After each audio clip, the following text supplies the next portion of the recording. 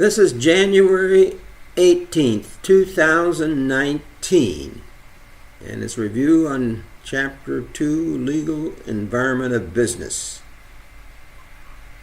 The top 10 reasons for studying the legal environment of business are shown in Exhibit 2.1.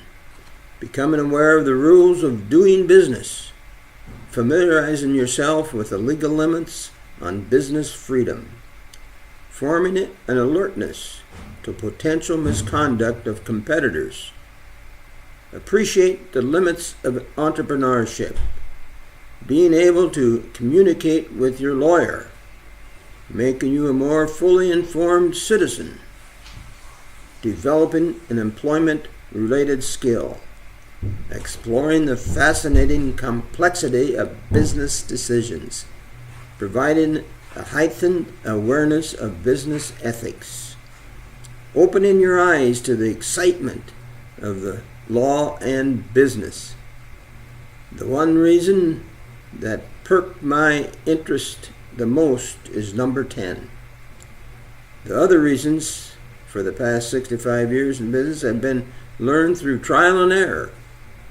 It would have saved me money, grief, headache, sleepless nights if I would have had the opportunity to study a course such as this. And I may have more hair now. Over the years, I've learned there are always two sides to a story or situation. In my practice as a financial planner, I try to always make a point that there is no perfect investment and no free lunch. The less risk you take, the less return you receive. No matter how flat a pancake is, it always has two sides. It was also very interesting to learn about the jurisprudence, the science of philosophy of law. Law in its most generalized form. Distinguished philosophers put it this way: law is a form of social control, rule of conduct, a contract, an idea of reason, the distinction between the just and the unjust, an ordinance of reason for the common good, realization of the idea of right. I have heard many times to always live by the golden rule. One of my good friends years ago said with tongue in cheek, the golden rule means that the one who has the gold rules. I'm sorry to say that is more the case in our country than it should be. The chapter also points out 7 schools of jurisprudence, using an example in Exhibit 2.2, natural law, positivist, sociological, American realist, critical legal studies, feminist, law and economics.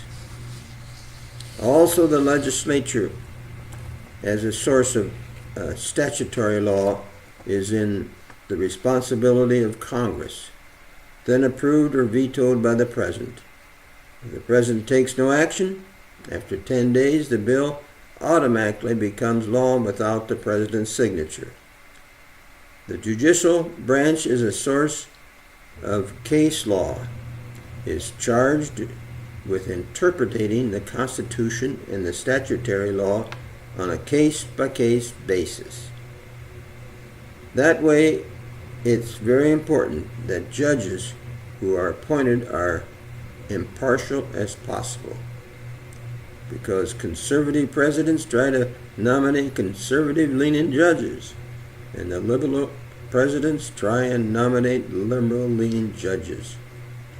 As I study this chapter, I am reminded once again of how we are all blessed in the United States of America, and how wise the founders of our country, who had the foresight to make sure that no branch of the government will overshadow the other branch. No one person is above the law.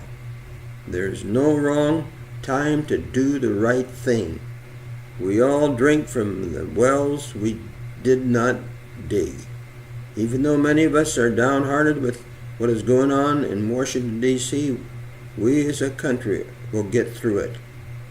Let us all remember what Sir Winston Churchill said many years ago. You can always count on America to do the right thing after they've tried everything else. It seems we are now trying everything else. Let's also remember we still live in a country that has a free press, and we have more freedoms than many other countries. One final thought. Relationships grow at the speed of trust, but don't let trust trump truth. Live simply, love generously, care deeply, speak kindly, leave the rest up to God. And most important of all, keep smiling. Things could be worse.